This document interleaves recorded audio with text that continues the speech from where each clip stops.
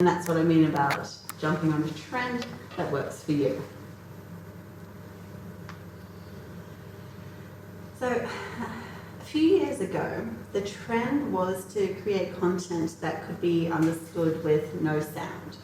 Not sure if you all remember that, but sort of before lockdowns and during lockdowns, everybody wanted to be able to watch, but not really need to listen to understand the content that they were seeing.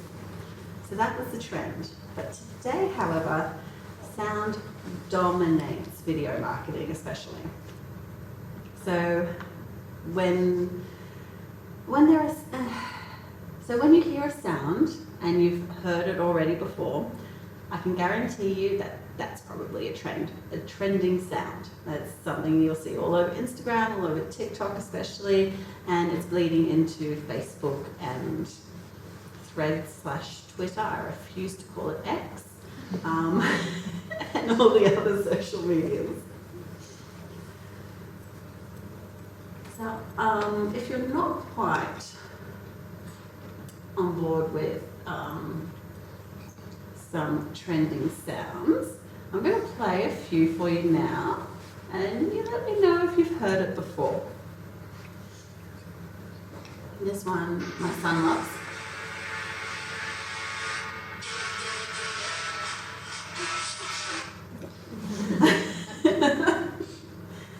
And this one became quite popular with the TikTok and Instagrammers.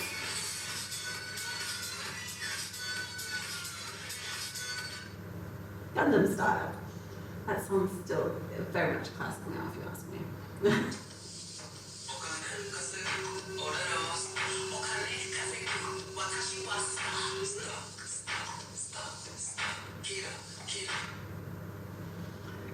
And then this one, which went absolutely viral. I'm looking for a man in finance, trust fund, 6'5", blue eyes, finance, trust fund, 6'5", blue eyes. I'm looking for a man, I'm looking for a man, I'm looking for a man in finance, trust fund. And then it was remixed into this. And this is the one that went viral. 6'5", blue eyes, finance, trust fund, 6'5". Now, it might not always be immediately apparent how you can use sounds like these to promote your library, but I can guarantee you, if you type in a trending sound and then libraries into Instagram, into TikTok, it sometimes gives you a couple of gems.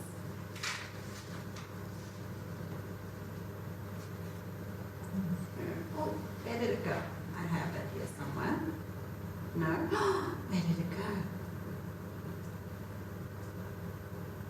Oh. All right, we'll do it this way.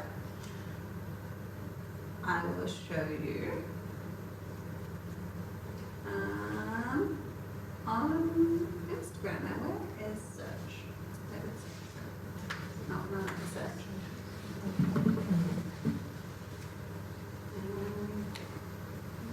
Well, you know what? Why not? Just remind me to log out of all my things on my work computers once we're done here today.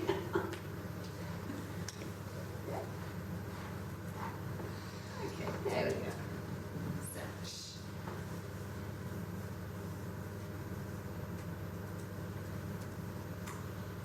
So keep in mind that last trending sound I just showed you, of the I'm looking for a guy in finance.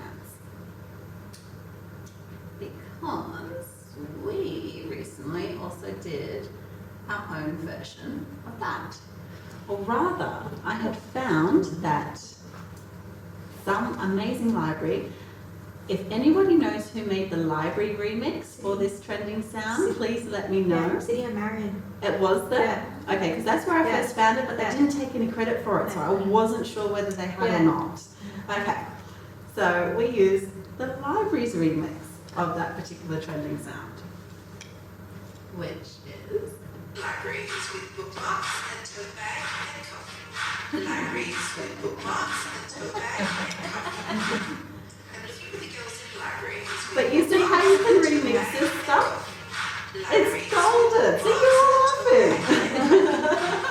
I'm looking for the girls in libraries And it's a powerful thing. Oh, I'm going to murder that piece of sticky tape. It's a powerful thing now to connect into these trending sounds, because it is that cultural shorthand. Most social media users already are aware of it, and if you can put your own library spin on it, amazing. Let's go back to my presentation. So some libraries to keep in mind when you are looking for trending sounds, because these three in particular are amazing at it, and I scroll through their social medias almost every single week looking for what they have done and to try and find some inspiration for myself. New York Public Library is amazing for doing all sorts of trending things, not just trending sounds, but trending activities like the Taskmaster, the library Taskmaster. Who's seen that one? Yeah, amazing. And I think City of Marion also do really good library Taskmaster as well. So I don't know whether that has been 10 minutes or not, but you know what? I've kind of not kept to my script at all today, so I am going to move on to this AI prompt. So finding these trends is the trick, and this is what I use to help me do that. So I was at my desk, I'm like, surely there is a better way to find these things. I know they're out there, but I want to be able to put it all together. So I typed into Perplexity, that's the AI program I like using. I typed into Perplexity basically what I was looking for, and I told it, so write me a prompt to do this as the last sentence. And this is the prompt it gave me, and it's worked. I've been using it for the last 4 months, and it's worked. And the reason I love using Perplexity though is because it references. It actually shows you where it's gotten its information from. So you can go and click onto it and do your own research further. Amazing. Because I know not all of them do that. They just give you an answer. You're like, okay, well then where did you cite your sources? All right. Again, I don't know whether that's been 10 minutes, but I'm going to wrap it up there and go collapse in my chair. If you do want to chat more marketing things, those are my details on the screen. And I'm going to pass the mic over to Renee. Renee, which one of you? Yeah, no, you. That Renee. Sorry, I'm going now. Thank you so much, Jade. I think that was amazing. I agree. There's no need to reinvent the wheel when you have trends that you can hook onto and just make your life easier. Yeah. Our next speaker is from the Law Library of Victoria. Renee Naylor has studied instructional learning, communication and UX design, and she combines all of that with her knowledge and background in librarianship and training. She often provides practical and effective digital solutions at the Law Library of Victoria as the Education and Communications Coordinator. So please put your hands together for Renee. Your presentation is on the desktop.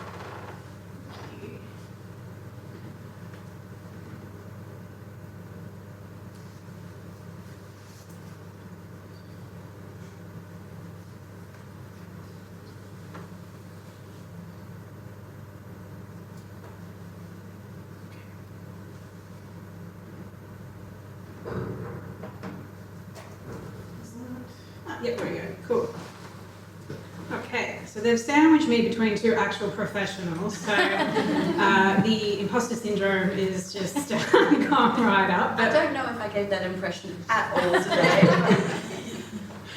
Hi, I'm Renee. I'm from the Law Library of Victoria, and today I thought I would talk to you about content marketing. So I see content marketing as engaging audiences with valuable content that relates to their interests while still promoting the library.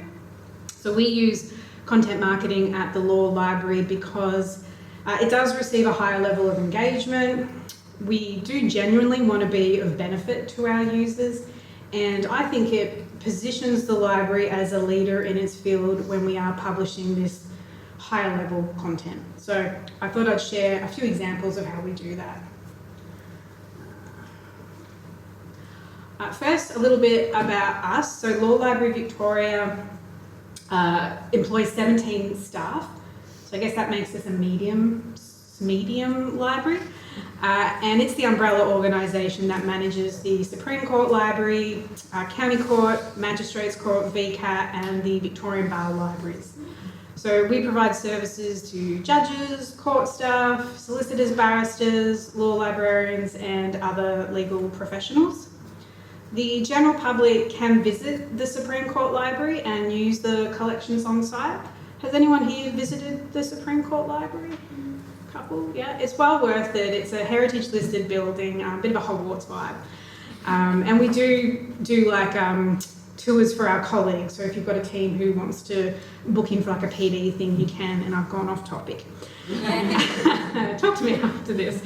Where am I? General public, yes, can visit, but we're not actually funded to provide services to the general public. That is the job of the Victoria Legal Aid Library. And they are not our target audience. So as you can see, our target audience for a special library is probably pretty normal. It's quite narrow. And we communicate with them through a combination of digital and print tactics. So that's things like social media, we have an e-newsletter, we'll do printed flyers, swag bags, professional videos, emails, and sometimes we do paid advertising where we'll put an ad in a law journal or we'll sponsor a conference. So I've got a couple of examples from across those channels to show you today. These examples demonstrate a functional value, but content can have emotional and social value. Speaking of social, I too also call it Twitter. The Law Library has 3 social media channels. We're on Twitter, Instagram, and LinkedIn. We do call it X on all our branding, but just like Stephen King, it's Twitter. If you are on Twitter, it's worth following Stephen King just for these hilarious exchanges that he has quite regularly with Elon Musk. So we post news, events, operational updates to our Twitter account, but the content marketing that's really valuable is what we call judgment alerts. So this is a post that's the first place online you can be notified about a Victorian Supreme Court of Appeal judgment. So the post links to the full text of the judgment, and it's usually reposted by lawyers who like to share their thoughts and discuss the case. So these alerts benefit lawyers because it's an easy way to be the first to know about a significant decision, which can have an immediate impact on their work, especially if it's setting a new precedent or it's like an interesting interpretation. So the post on the left is what these judgment alerts used to look like, and the post on the right is what they look like now. We do try and include a visual... Thanks. I'm so clever. I thought of putting an image in our social media post. And we try and do that for all our social media because, I mean, it's quite obvious. It just takes up more size. You could scroll past that post on the left and wouldn't have even realised you'd gone past it. But by having an image, even a basic graphic like this, it just takes up more room, so it's harder to ignore, and it is eye-catching. And I thought I would share with you our most popular post of all time across all social media channels. It is one of those Court of Appeal judgment alerts, which is the post here on the left. On the right, you can see a 6-month capture of our Twitter engagement, back when Twitter let you access analytics. And this post stands out like the Burj Khalifa. It is way above our average engagement level that we would normally get on Twitter. Can anyone tell me why this post was so popular? There's a clue in the post. It's quoted by the Guardian. That led to it being popular, but why did they repost it? Was it a particularly controversial decision? No. Is it really versus the king? Is it? We could be here a while, Dwight. Yeah. I think you would already gotten there, Jade. So, in criminal law, the respondent is the Crown, because of monarchy, and the Crown used to be represented by the Queen. And when she passed away, it became the King for the first time in most people's lifetime. Just so happened that the Victorian Supreme Court of Appeal was the first court in Australia to publish a judgment featuring the King. And of course, the library publishes the judgment alerts for that court. So this Twitter post was the first time the King was seen in case law online in Australia. So it was a bit of a curiosity. Like you said, the Guardian newspaper shared it, and it was just quite popular in the legal profession. This is an extreme example, but it does, I think, demonstrate that our audience values this kind of content. We are also on LinkedIn, which has more of a education vibe. We do also publish job notices there, but the really effective content marketing is our case in point legal research articles. So these are based on real life legal research requests that we receive at the library and really popular with lawyers and law students. The benefit is that they learn something about legal research and they get an insight into our research process. But we do promote library services in these articles. Now these are 2 to 3 minute reads. It takes me a lot longer than that to put it together, so we do only publish these once a month. Probably our most effective content marketing tool is the e-newsletter, the Library Bulletin, which comes out fortnightly. So its value is that it compiles and links to legislation and judgments, and it allows legal professionals to easily keep up to date with current law. It is also served up with a side of library promotion, so we'll put library news and events in there as well. Heavily relied upon by the judiciary and legal professionals. I think because it's convenient, it's authoritative, and it's free. And we create and send these using Campaign Monitor, which gives us pretty good analytics. We'll get open rates and, more importantly, those click to open rates. So we know people are using it. One of our other popular marketing tools is the swag bag. So this is given out to lawyers at in-person events, and it really comes down to the fact that people love free stuff. It's not more complicated than that. It does have like that straight marketing, like you can see we've just got some branded products there, but it does also include research postcards. So this is our content marketing. The postcards are really helpful prompts for key legal research tasks, and they are printed to like a postcard size, so you can just have it next to your computer, and it's very convenient to sort of be able to refer to it at your point of need. So I think this is a good example of that straight marketing side by side with content marketing. Finally, I thought I would share how we do what we do, and we're a busy team. I feel like I do the job of 5 different people sometimes. Yeah, we can relate. So we just don't have as much time for content creation as we would like, especially content marketing, which is very effective but time intensive. So we need strategies and tools that can help us efficiently and effectively create and manage content. So we do this through market research, and we've done some in-house as well as outsourced to external organisations to do that for us. And that's things like your market analysis, an environment scan, audience research, and that leads to being able to create user personas, customer journey maps.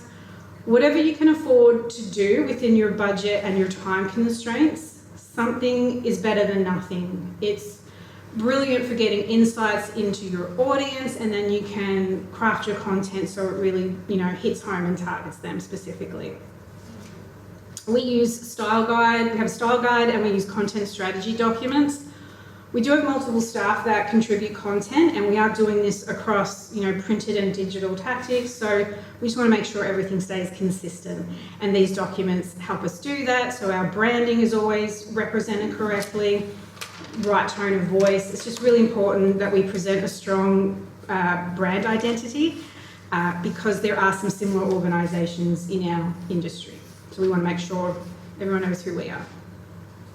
We also use a working group, so that's a small group of colleagues who meet about once a month, and they're a great sounding board. They will review content, discuss strategy, generate ideas. I personally find the value in the working group when I've been working on some content, maybe it's a big campaign, I've been working on it for a while, and after a while you just can't see the forest for the trees. So getting fresh eyes, getting that fresh perspective of what I've done is just amazing. They really just shine a light on what could be improved, what I could do differently. I'm not precious about my work, so I welcome feedback, and I just think it works so well having that working group. And we also use a bunch of digital tools, which saves us a lot of time. So what have we got? Hootsuite we use to manage our social media channels. There's a lot of apps that will do this. We just happen to use Hootsuite. The benefit of it is that we can create a pipeline of content. So I like to schedule a month in advance. Well, I mean, that's what I aim to do. It doesn't always work out that way. Amen. You feel me? But it's a more efficient way of doing it. And it also means I can make sure my campaigns are lined up the way that I want them to. We're not posting across channels if I don't want the same content on all the channels. It just makes life a lot easier. I mentioned earlier we use Campaign Monitor for our emails, so we create and send out emails through it. Again, lots of apps do this. I find it quite easy to use, and we get really good analytics through it, so definitely recommend it. I was talking about this with my fellow Renee earlier. We subscribe to Canva Pro, and this was a game changer for me. I am not a graphic designer, unlike currently 3/4 of the room here. I am not. So for me, I feel like Canva really elevated our comms and marketing. I didn't show it today, but I think you can really see it on our Instagram account. We get a lot of feedback on that. And if you went back in time, which you probably won't, I think you can see how Canva has really influenced that. And again, we do have these style guides and document strategies, content strategy documents, I'm getting to the end, that help keep things from going off the rails, because Canva is a bit fun and you can go rogue, and that can lead to content that isn't appropriate for our target audience. So again, those documents can help there. We use Vimeo for our video management, not YouTube, because we do have videos that we don't make available to the public. So we have e-learning and webinar videos, as well as our marketing videos. So I find Vimeo is pretty good to use. They're always changing things, they won't leave it alone, but it is easy to use and really helpful for managing that content. And then I do use some generative AI products. So I use Grammarly and Copilot. I find that this speeds up my process. I use them to review my content. Sometimes it'll suggest improvements or just give me ideas. It'll inspire me. I think everyone in this room knows not to rely 100% on AI products. You do need that human oversight, but this has really improved my process and just made the whole thing more efficient. So I do use them quite regularly and find them really helpful. They're also a good proofreader. Yes. They often are Americanized with the spelling though, so You have to specify, I want Australian English. yes. I think we need an AI session from you.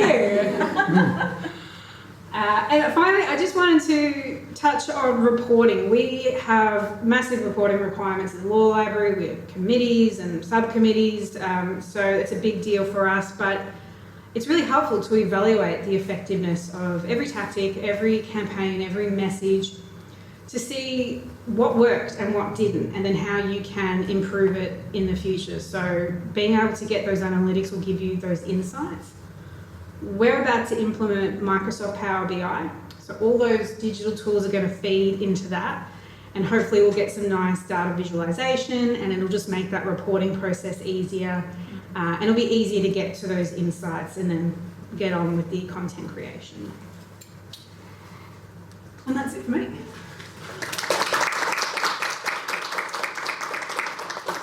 Excellent, thank you, Renee. I have been to the Supreme Court Library to see some lunchtime music that they. Oh, they're at lunchtime.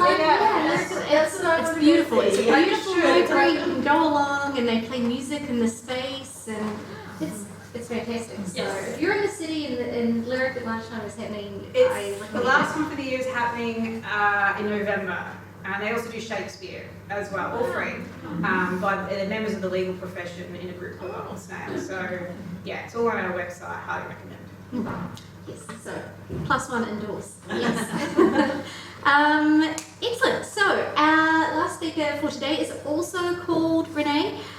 This is Renee Rolliston. She's from Whitehorse Manningham Libraries. Renee has been in marketing roles for the last 8 years, primarily in library marketing. Her latest roles have been an engagement officer for Hume Library and more recently the marketing officer for Whitehorse Manningham Libraries. Thank you so much for joining us today, Renee. Everyone put your hands together for Renee Rolliston.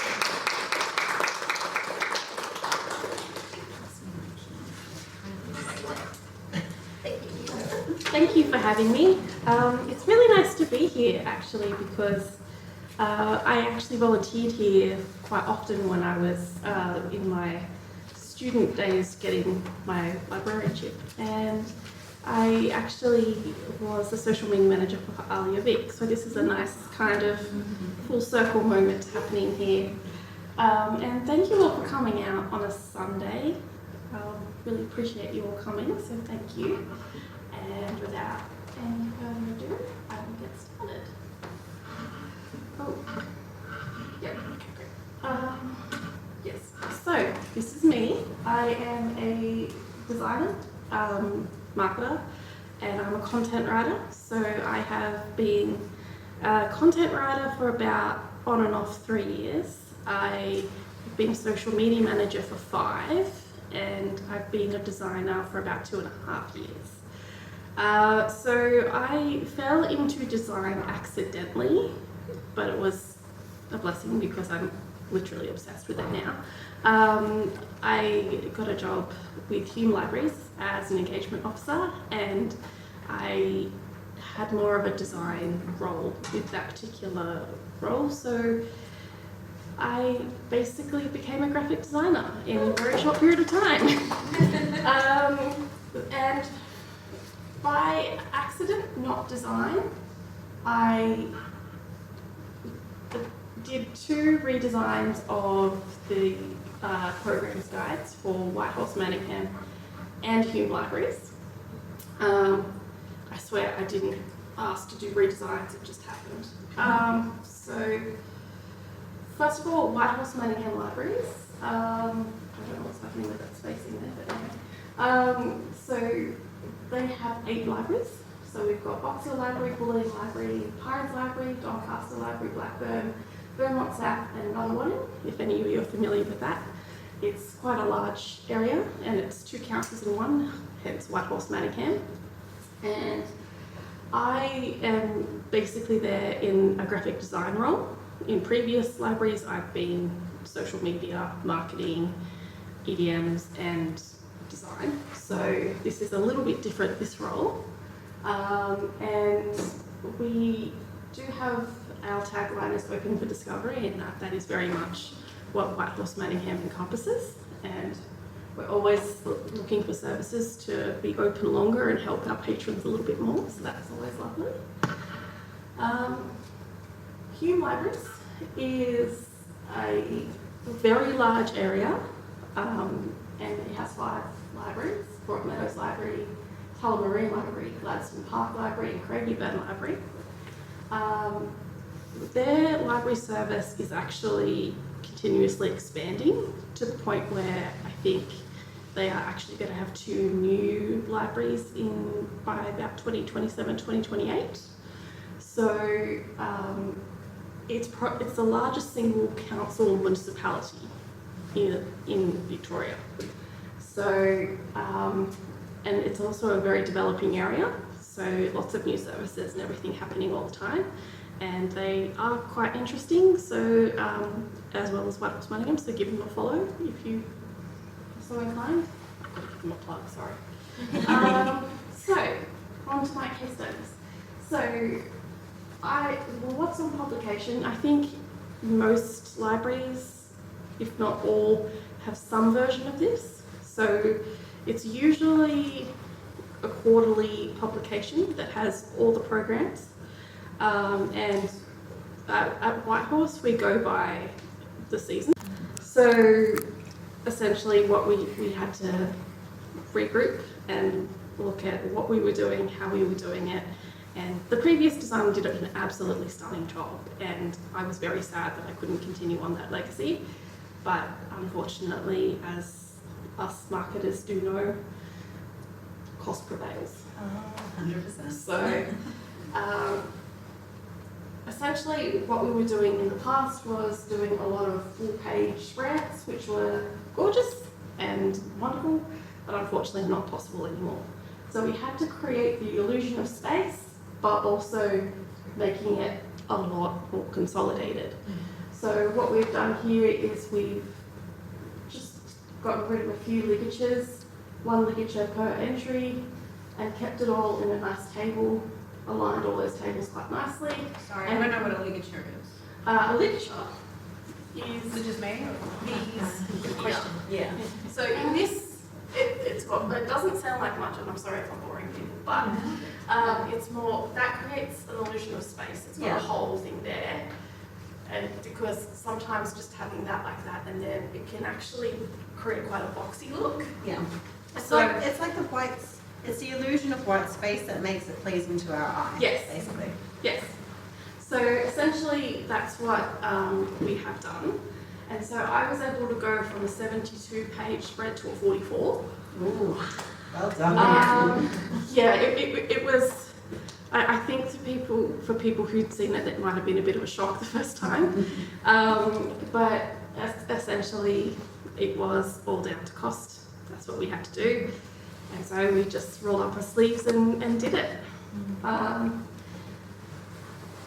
So the other thing that we did do is our school holiday program. I mean, I think most people here know school holiday programs go gangbusters.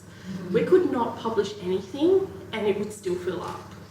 So what we decided to do was to take the school holiday lift out, and we're actually printing that in-house. So that is quite a considerable cost saving. And what we've actually started to do is this poster with the QR code. So we only print a certain amount of in-house, and then we have a QR code for the rest. That was actually a great suggestion by one of our staff members. And that's one of the great things of working with a library with really wonderful and communicative librarians. They give ideas and feedback, and you take that and you roll that into what you're doing. And this is a great example of that, because then we've decided that, okay, once those copies are run out, we could print more, or we could just have this solution, which does actually save time, money, and everyone's happy essentially. And so for Hume Libraries, we had 3 separate library publications. So actually before my role, it was performed by the council. And so they hadn't actually had an in-house marketing person before my role. And my first day there, Mike, who is a wonderful, wonderful lady, said to me that this position has to go well, because otherwise we won't get it back again. And thankfully they still have the role, so I don't think I messed it up that bad. But essentially one of my big tasks was getting all the what's-ons consolidated into one again. And we actually decided for the front page to choose an event that would be at all of the main libraries. And we would decide to make that the cover, so we're already attracting people with whatever event that they wanted to attend. And so that was actually usually a 20-page booklet. So even though we had 5 libraries, we were able to get that in under 20 pages. When I left, they were still using recycled paper. I can't speak to that now, but it follows a very similar format. This is one of my favourite ones, the Singers Festival. It just makes me happy, just looking at people dancing. Anyway, so yeah, this is essentially what we've done, and again, really consolidated the space, and also trying not to have too much on the page and keep it clean, simple, and looking like it's got a lot of space when in actual fact it's been consolidated quite considerably. And that is it. I'm sorry to be short and sweet, but I am on LinkedIn and I have an Instagram that is under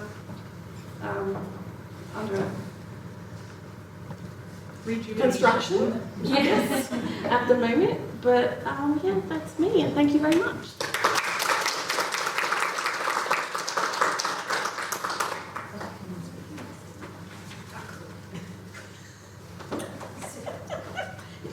Excellent. Thank you, all of you, for really engaging talks today. Do we have any questions from the floor? Let's open it up if anyone has any questions.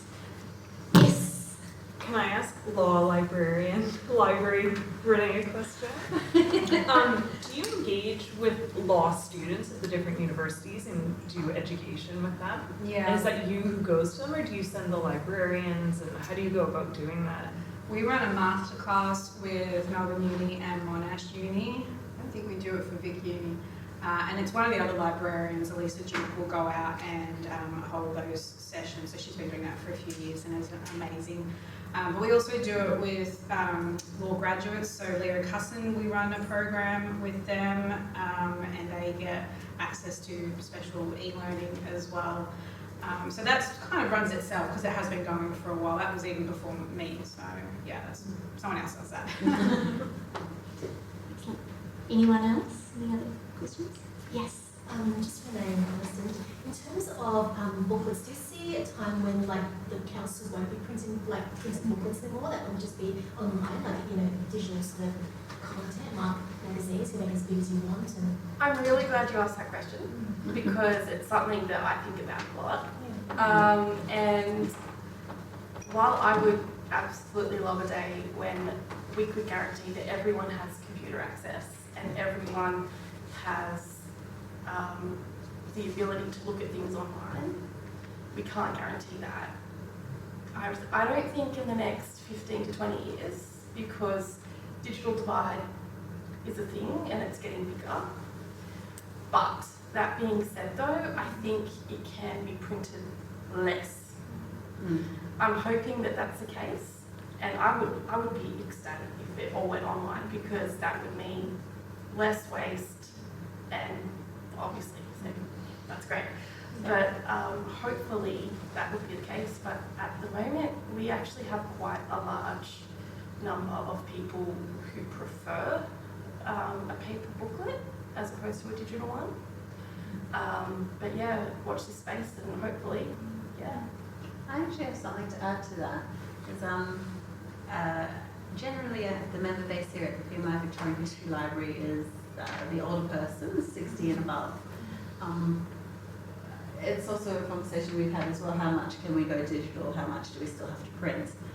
A lot of our members actually choose not to have an email, not to have a computer in their home.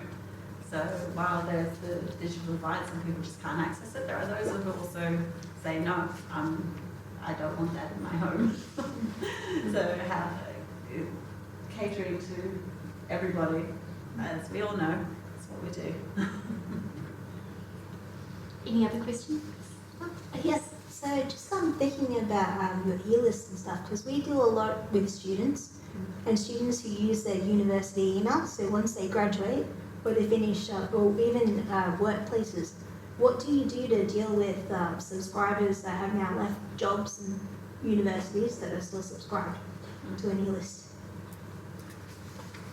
That, for us, is basically a social media campaign that we keep going throughout the year. 2 times a year we sort of do a big push of, hey, remember we have an e-newsletter, sign up here. It's a matter of just reminding people of what you have, and hopefully they'll all sign up with an email that's super fast.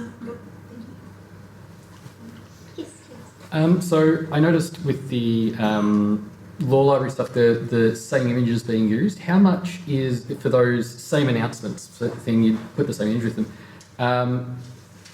is there pressure on you that, oh, it's a new thing, it should be a new image, or we should be doing more stuff? And how important is it to have that similarity between things and how much new stuff? And that's kind of to everyone. I just noticed it on the law thing. That judgment alert graphic is so basic. That was like the first thing I created in Canva years ago. Probably due for a refresh. Consistency is really important, just so that you can identify the type of content it is at a glance. So we do like to use consistent imagery, it doesn't matter what channel it is, just so it's easy to identify, and they will immediately associate that, oh, that's law library content, I want to stop and look at it, hopefully. But having said that, I'm a big fan of change. I like to try new things. I think it's important that you don't become stagnant, because I think that can have a detrimental effect on your reputation, on your brand. So it is a balance. But for our regular content, I do try and keep it consistent. If you're on our website and you see our events, we have a very boring event graphic. But when we have a new event, I will create a different graphic for that, so it pops and it stands out. So consistency can also help with make other stuff stand out more as well. I don't know if you guys agree or disagree. Yeah, I mean, consistency is king, but when it's something new, it's the style that needs to stay the same. Always the style. If you have the same style, then you can add the different graphics, maybe slightly different colours, but as long as if somebody sees it, they're like, okay, it's laid out the same way that the PMI library usually does stuff, they recognise it as you. That style guide can really help with that. We have a corporate colour palette, so that we don't tend to stray from that either. So again, that helps tie everything together. Yep. Yeah. We have a very, very good stock guide which we adhere to. It's called the Bible. Yeah. Yeah, pretty much. Yes, I saw mention of Instagram and X and LinkedIn quite a bit in each of your presentations. My teens are about to hit university, their lives are TikTok. Should libraries be on TikTok? Libraries are on TikTok, and it's up to each library to decide whether it's a good return on investment for them to be there. Again, it's your audience. Is your audience on TikTok? Well, then you should be there too. Sorry, Michael, I'm not ignoring you. But I feel like when you're going to a new program or a new platform, you need to ensure that you have the time commitment in order to do it. And while I actually literally don't do much more, I do contribute to socials occasionally, but I largely do the design and all the printed assets in this particular job. So I could say, if someone else is willing to do it and also send it to us, to the marketing department, to get the okay before posting, that would be fine. But it's also getting the person that's willing to actually put in the time and the effort, unfortunately. But it's a great engagement tool, and of course, book talk is amazing. Having said that, some government departments have banned the use of it, so you do need to check that as well. I have a question specifically for Jade. Yeah. I see a lot of the PMI's marketing on social media. So I was wondering, firstly, why you haven't mentioned Clementine, and what sort of effect have you seen on that sort of ongoing, sort of repeating marketing strategy? What sort of results have you gotten from that? Okay. Well, thank you for enabling me to do a plug for Clementine, Michael. I appreciate it.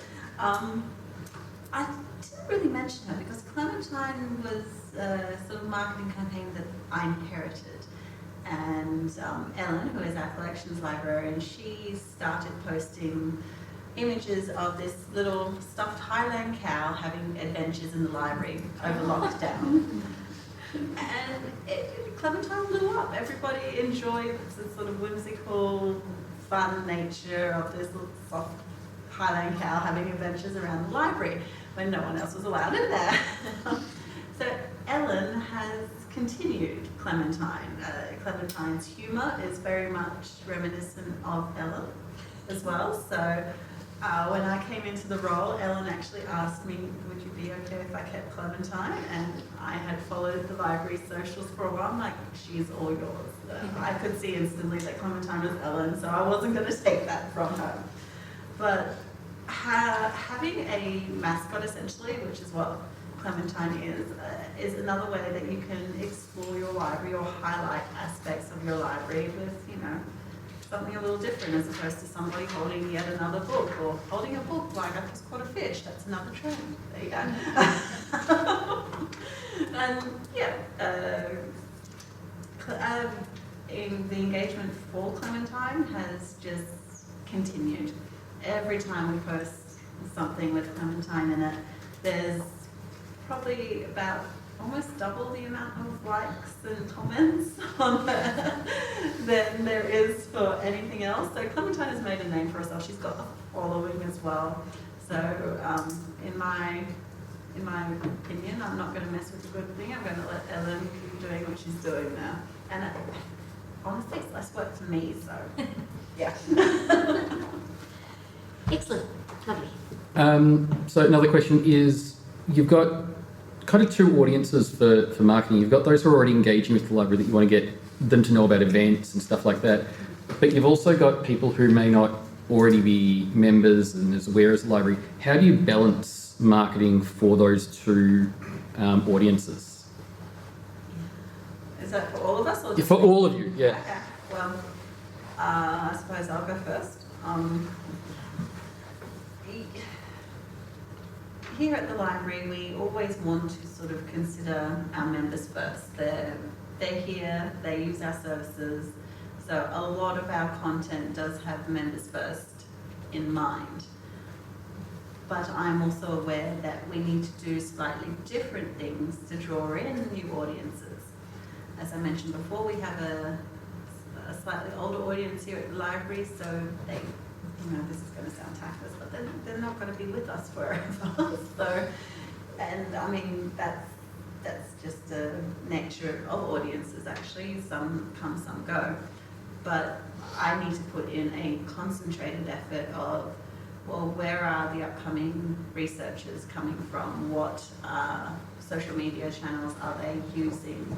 And doing that sort of audience analysis and going to where they are.